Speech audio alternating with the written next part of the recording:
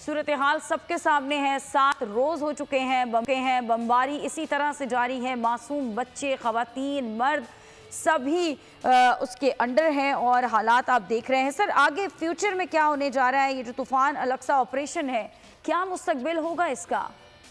ये इंसानी अलमिया जन्म ले रहा है और इस शिद्दत का अलमिया जन्म लेगा कि तारीख़ में उसकी मिसाल देना मुश्किल हो जाएगी अगर इस रविश को इस वक्त न रोका गया। और रोकने के लिए प्लेटफॉर्म मौजूद हैं, उस पर भी आ जाता हूँ मैं चंद लम्हों में।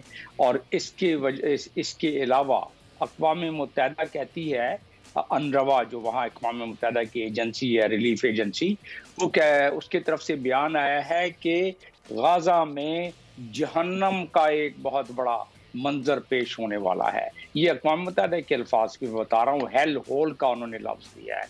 दूसरी जानिब आप देखें कि शिद्दत पसंदी कितनी आ गई है, यानी कि दुनिया के सबसे ताकतवर मुल्क, उसका कमांडर इन चीफ, उसका सदर कहता है कि जी हमास जो है वो डेडलीस्ट हॉलोकॉस्ट के बाद हुआ है।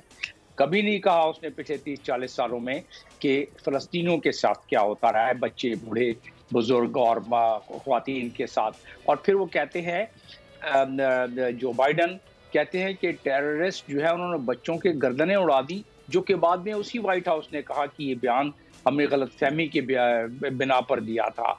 और साथ में प्रेसिडेंट ऑफ यूनाइटेड स्टेट्स ने कभी जो उनके हॉस्टेज इससे पहले भी दुनिया में मुख्तलिफ जगह पे लिए गए, कभी उनके फैमिली से बात नहीं की। और अभी उनकी फैमिली से बात करने जा रहे हैं जूम के जरिए तमाम उनसे। तो ये ठीक है, बेशक करें, लेकिन उसके एक जो उसमें आ रही है, तनाव आ रहा है, एक बहरी बेड़े साथ खड़े में है सदर के और कमांडर इन चीफ जो यूनाइटेड स्टेट्स का है, उसके दो वजीर इस वक्त इजरायली टेरिटरी में, एक इस वक्त गाजा में, एक इस वक्त फलस्तीन में है, और दूसरा डिफेंस का मिनिस्टर एंड डिफेंस सेक्रेटरी वो इस वक्त इजराइल में है। वो कहता है कि अब ये हमास जो है वो ISS यानी दाइश जो है उसकी तरह है, यानी कि जिस तरह दाइश पर एक्शन किया गया, अब फ़लस्तीन पर ये जो सारी धमकियां मिल रही हैं कि आप फ़लस्तीन को खाली करें 1.2 मिलियन, आप अंदाज़ा करें 11 मील का ही टुकड़ा है। 11 मील के टुकड़े में दुनिया के सबसे ज़्यादा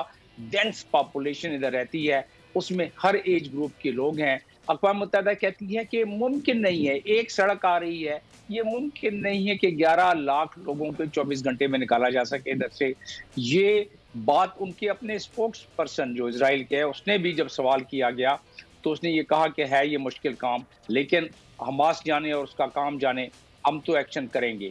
दूसरी जानिब तकरीबन 3 लाख तो खैर उनके रिजर्विस्ट हैं और तकरीबन 1.5 लाख के करीब रेगुलर फोर्स वो मौजूद है एक 11 मील के टुकड़े पर, नॉर्दर्न गाजा के सामने। वैसे टोटल 41 मील का टुकड़ा है, लेकिन उसमें इजराइल का पहले से कब्जा है दोनों टुकड़ों में, एक में पूरा कब्जा है, एक में आधा कब्जा है, लेकिन बहरहाल वो उनका कंट्रोल है। जो 11 मील का है वो फ़लस्तीनियों के पास था, उसके सामने कुछ तकरीबन 4 लाख 4.5 लाख की फौज सामने लगा देना, और दुनिया इसको जिस अंदाज में इजराइल को पेश कर रही है, इजराइल का मंजरनामा पेश कर रही है, 1300 अफराद के जाँ बहक होने का मंजरनामा पेश कर रही है। हमने कब कहा कि इनोसेंट जाने और बच्चों और बूढ़ों की जाने ली जाए, कभी किसी ने नहीं उसकी कंडोन की। लेकिन साथ में दुनिया ये भी चाहती है, ये भी देखना चाहती है कि जब दिखलाया जाए तो दोनों तरफ की बात दिखलाई जाए, और पिछले जो 30-40 सालों से जुल्म बर्बरियत हो रहा है उसको भी दिखलाया जाए।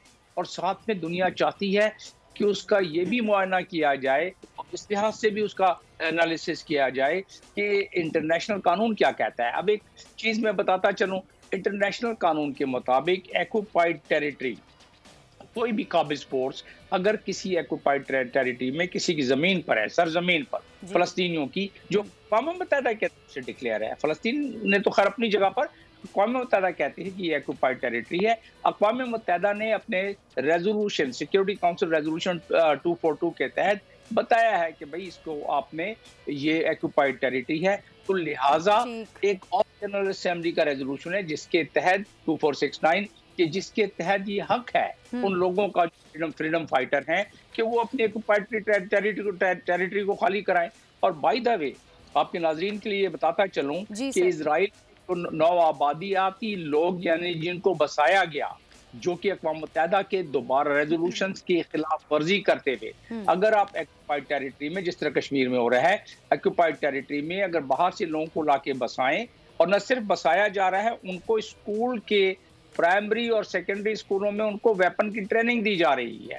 اس کا مطلب یہ کہ آپ نے جن لوگوں کو بسایا ہے ان کو پھر اس کے بعد 18 سال کے بعد ان کو کمپلسری نوکری اس کی عسکری اداروں میں کرائی جاتی ہے۔ اس کا مطلب وہ سارے کے سارے سولجر ہیں جو ادھر، اور یہی وجہ ہے کہ آج صبح اس کے آبادیاتی لوگوں نے یہ اپنے ہتھیار اٹھا کے، اگر وہ کہتے ہیں کہ ہم سیویلین ہیں۔ بہت شکریہ احمد خان صاحب آپ کے وقت کا، اور سبسکرائب کریں اور بیل دبائیں تاکہ کوئی خبر رہ نہ جائے۔